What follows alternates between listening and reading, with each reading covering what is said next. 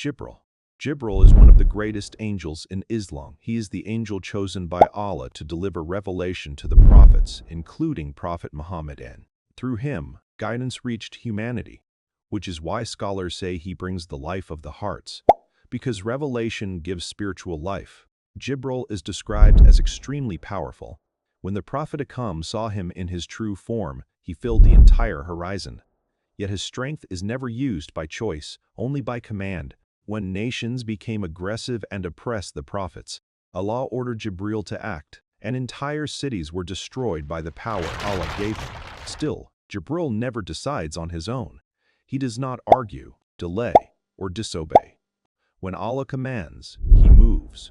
When Allah says stop, he stops. Every verse of the Quran was delivered by Jibril exactly as it was revealed, without adding or removing a single letter. For this reason, he is known as Al-Amin, the trustworthy angel. And his story reminds us that true power lies in perfect obedience to Allah. Mikhail. Mikhail is one of the greatest angels in Islam and is responsible for sustenance by the command of Allah. He oversees rain, wind, and provision that keeps all living things alive. Nothing falls randomly. Every drop of rain, every movement of the wind happens with precision under Allah's order. Scholars say that while Jibril brings the life of the hearts through revelation, Mikhail brings the life of the bodies through provision. His role is mercy, yet he fully understands divine justice, and it is said he has not smiled since the fire of hell was created. Mikhail never acts independently. He does not choose where rain falls or who receives provision. He only carries out what Allah decrees, reminding us that every blessing we receive, food, water, growth, and survival, comes from Allah alone.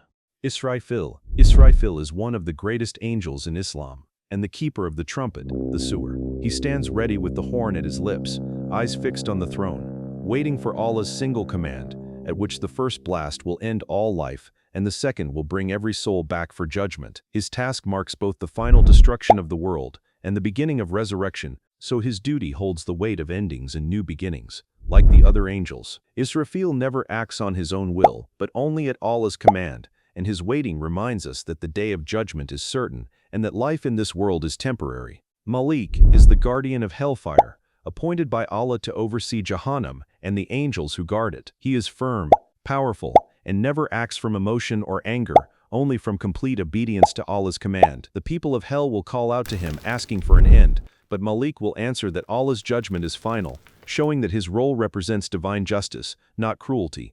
He has never smiled since hell was created, because he knows the seriousness of his duty, and his existence is a reminder that actions in this life have consequences, and that accountability before Allah is real. Azrael is the angel of death. His job is to take every soul at the exact moment Allah has decreed, neither early nor late. He does this with perfect obedience. For the believer, he takes the soul gently, like a drop of water sliding from a jug. For those who reject Allah, it can be harsh and painful. Azrael has countless helpers, covering every corner of the world, ensuring no soul is missed. His role reminds us that life is a trust from Allah, and death is the beginning of the next stage of existence.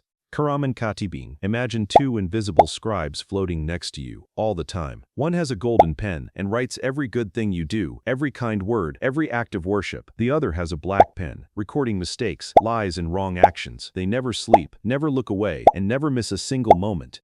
Nakir and Munkar. Right after a person is laid in the grave, two angels appear, Nakir and Munkar. They are strong, serious, and very focused. Their job is to test the soul of the deceased with questions about faith. Who is your Lord? What is your religion? Who is your prophet? The soul cannot hide anything. The angels know the truth. If the answers are right, the grave feels wide, peaceful, and comforting. If the answers are wrong, the grave becomes tight and full of pressure. They are not cruel. They are just carrying out Allah's command, showing that life after death begins immediately, and every choice in life matters.